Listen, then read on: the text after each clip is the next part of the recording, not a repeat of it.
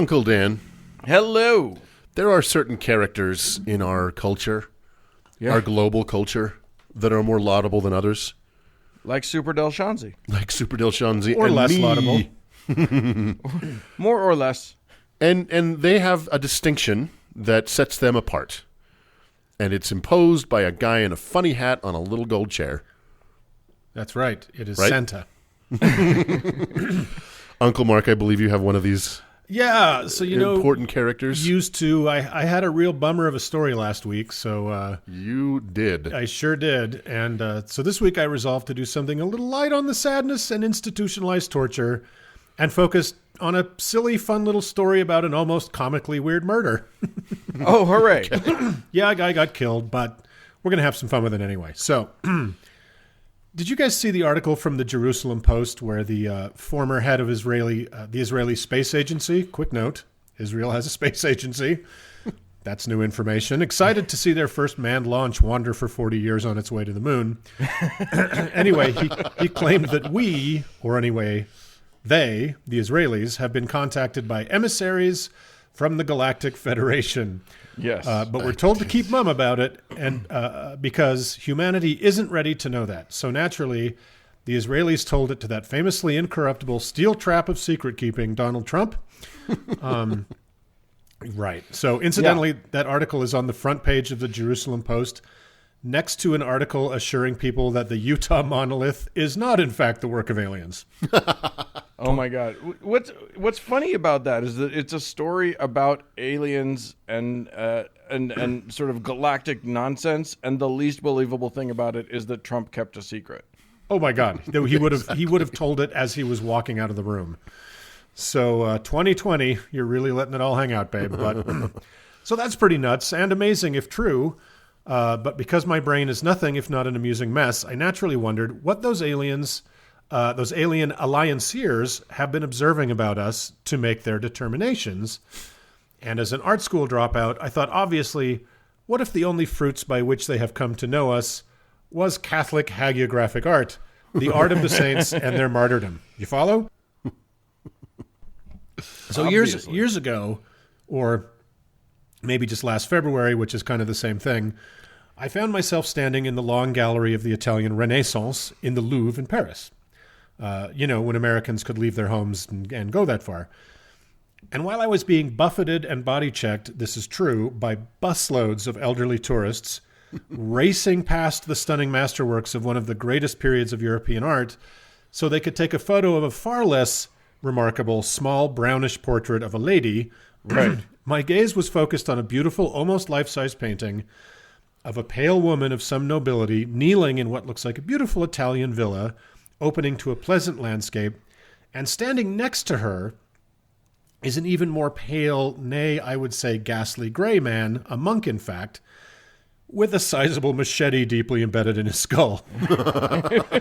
I love this painting. It's called St. Peter Martyr and Kneeling Donor by Ambrogio Borgognon from 1494. And I think he was also the first painter of the beef. I tweeted it out earlier this week that all these years later, I still think about that painting all the time. And then I was wondering what aliens would make of it when I suddenly realized I knew nothing of St. Peter the Martyr or of the series of unfortunate events that led him to be portraited in such a manner. So I took my machete and started hacking away. For those who are new to the show and or have exactly zero contact with Catholicism, its art and its very particular obsessions with murdered believers are a big deal. Most especially ones that died in the line of Catholicing, spreading the word, defending the faith, etc., etc.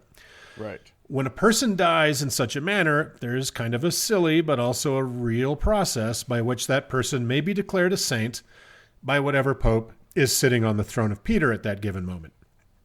And saints are sort of minor gods. I know you're saying, but Uncle Mark, Catholics are monotheists. But are they really? Yeah. When you have a god with three heads, but also separate, but really mostly together in their separateness, and Jesus's mom is really the most powerful of a legion of over 10,000 officially recognized saints, to whom you may pray for some very specific help. Monotheism, more like megatheism, if you ask me. Look out, you Hindus, with your 33 million gods. The Catholics are coming for you. Yeah.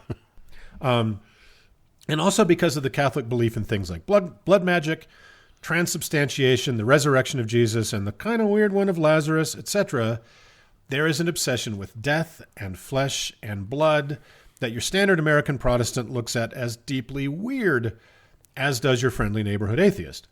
We've talked about a lot of those ideas on the show, and I don't want to waste too much time calling out episode numbers, but in brief, for transubstantiation, check out episode 24, and for a real whale of a tale involving a tiny chunk of a very holy person, check out the Holy Prepuce segment in episode 126. Or just for the gruesome insanity of it, try Saint Denis carrying his own severed head in episode 34, or maybe the Cadaver Synod in 59. Catholicism is wonderfully, terribly morbid. The three of us, as amateur, or maybe by now semi-pro students of all the bloody and bewildering business of the saints, are sort of amateur hagiographers. Hagiography being the study and writing about and veneration of the Catholic saints. Maybe just not the last part, the veneration. But you can call us hagia hobbyists. How about? So anyway, the hagiographic study of St. Peter the Martyr, or St. Peter of Verona if you're nasty, led me to some strange, gruesome, and hilarious anecdotes of his supposed life.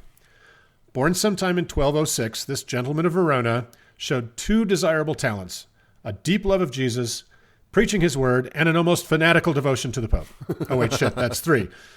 Such were his gifts that he was welcomed into the Dominican order at the tender age of 15.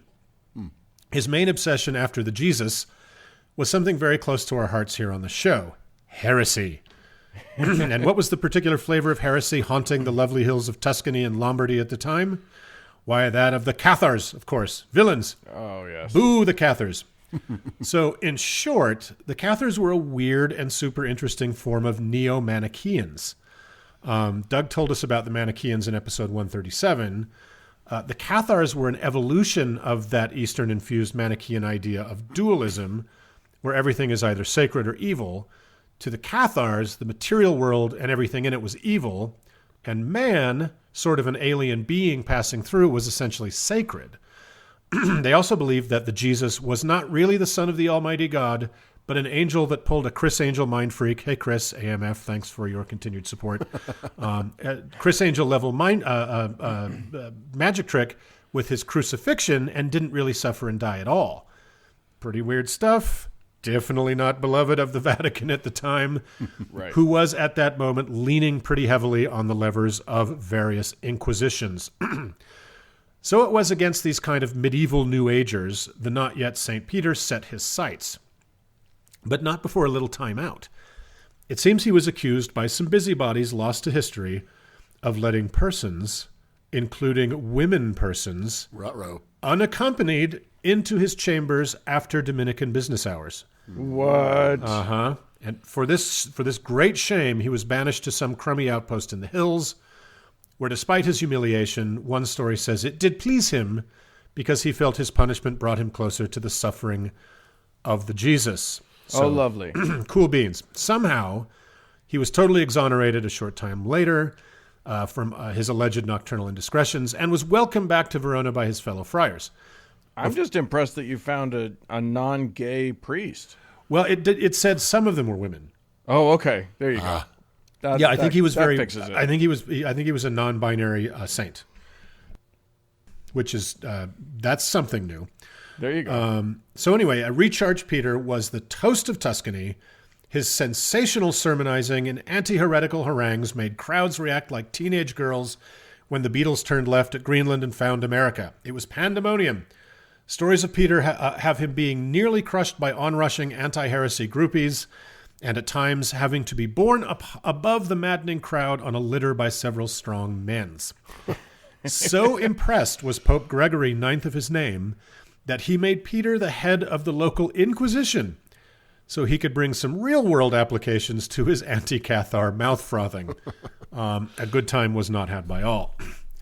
Which brings us to the first of his many miracles. It seems one day he was quite late to one of his rallies. leaving his hashtag Mava, Make Verona Great Again, fans languishing in the hot Italian midsummer sun. Upon arriving, one of those dastardly Cathars scolded him for his rudeness. Gesturing to the parched and sunburnt crowd, the heretical Cathar asked Peter to summon the cooling shade of a cloud to relieve his devotees. Confident as fuck, Peter agreed to do so if the Cathar and his comrades would cast off their heresy and beg God for forgiveness. Realizing they had caught him in a trap, they did so, and then the totally unusual event of an overcast sky occurred. Miracles! His next miracle was a bit of a boo-boo, and it's really on him. One impassioned teenage boy from Verona, no, not the one you're thinking of, made his confession to the rockstar friar. He told Peter he had, in a fit of pique, kicked his mother. Oh, dear. Hoping to drive home the gravity of violating the fifth commandment, Peter exaggerated for effect and told the lad it would be better that his foot was cut off than to commit so grievous an offense. Being both a teenager and Italian, the drama was strong with him. The youth went home, found a blade, and hacked off his own foot. My God. When he learned of this strange cry for help, Peter rushed to the boy with hot tears of guilt, held the foot up to the stump, made the sign of the cross, and boom, good as new. Hooray! I think we've all learned a little bit about respecting each other, our parents, and ourselves too, Peter Shirley said before the freeze frame high five and the end credits. How about one more miracle? Okay. So in the frescoes in the Basilica Sant Estorgio that were uncovered in 1952, a very weird scene involving St. Peter was revealed. It seems the goodly churchgoers of 1200 and whatever were shocked to discover the Basilica's statue of Mary and the baby Jesus had become animate and were spouting Cathar heresies. Peter was summoned. He arrived carrying a secret weapon. When he asked who was haunting the statue, the spirit responded that it was Jesus and his mother Mary, of course. Then Peter produced his secret weapon. He had just delivered a mass, and he had tucked a little cracker in his cassock. He presented the consecrated little slice of Christ to the statue, which instantly grew horns, both mother and child, no longer so tender and mild, and he cast the Manichaean mannequin Mephistopheles back to hell. Wow. Yeah. I was hoping it was going to be Chuck E. Jesus. It almost was. So That's some showmanship right there. I would pay to see that. yeah, this Yeah, guy's that's a got good. some. That sounds like a good show for sure. So on the miracle scorecard, that's climate, surgical reattachment, and ghost busting. Something for everyone. Well, maybe not everyone. It seems Peter's anti-Cathar crusade and the Inquisition he had been put in charge of prosecuting against them got noticed by the Cathars. At the height of his statue-saving powers, the Cathars put out a hit on him. Like, how much more Italian could this story get, you guys? So Peter, the about-to-be martyr, was traveling from Como to Milan when he and his traveling companion were beset by two hired machetes. One named Carino of Balsamo, and his accomplice, the magnificently named Manfredo Clitoro. On April 26, 1252.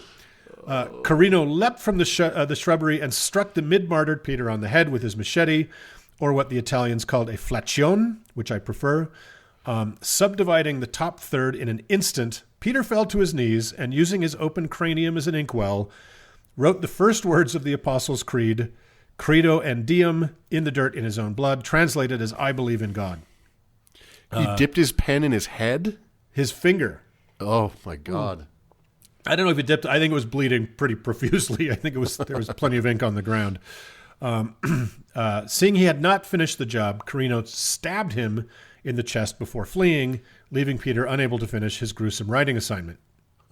Despite his serious and fatal head wound, he is the Usain Bolt of the saints, holding the world speed record from death to sainthood, that being just 11 months. Really? Wow. Yeah, of all the saints, of over 10,000. His feast day is April 6th. Oh, wait, no, it's April 29th. Oh, shit, it's also June 4th, because Catholicism is both really old and a hot mess. And despite his former importance and world speed record in sainting, he is the patron saint of 3 and 3 things only. Those being the San Juan suburb of Guaynabo, Puerto Rico. Sure. Midwives. Whoa. And for some reason, and that ever-expanding employment sector of the gig economy, inquisitors. So, for the cultural benefit of our new galactic overlords, there are plenty more paintings of the cleaved Peter the Martyr to judge us by. In Giovanni Bellini's 1509, The Murder of St. Peter the Martyr, Peter, skull already split, lays on the ground while a 13th century Italian knight plunges a dagger into his starched white nightshirt.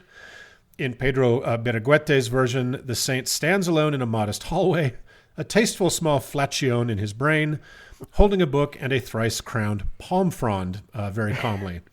What you want is some reading material. If you're gonna be macheted in the head, Yeah, bring a book. I mean, if you've only got a few minutes left, make the most of it, right? In Alessandro Bonvicino detto Moretto's 1533 version, the assassin Carino readies to deliver the death blow while cherubs and an angel wait excitedly just overhead, not to prevent Peter's murder, but to deliver him the crown of sainthood after it's over.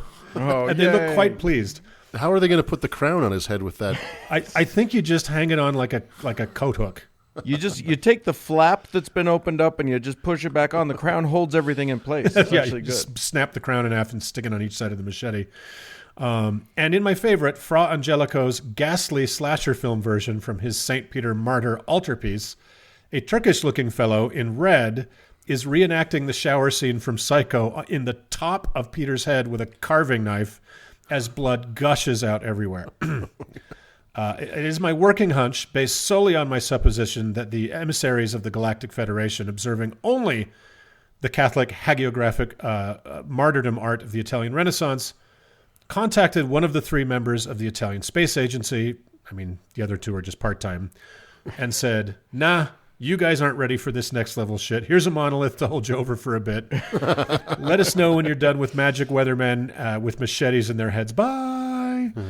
So that's Peter the Martyr of Verona, guys. Saints, Wow. collect the whole set. That is fantastic. Yes, indeed. And this one's nice because when you buy the candle, you can just you just lop off the top third of the wick. It's right, and when the light it up. whole body is melted, you have a tiny machete to collect. Yeah. It's fun. There's prizes for the kids. So that's it. It's bloody stuff. Enjoy. Oh, that's great. Hooray! Let's move on.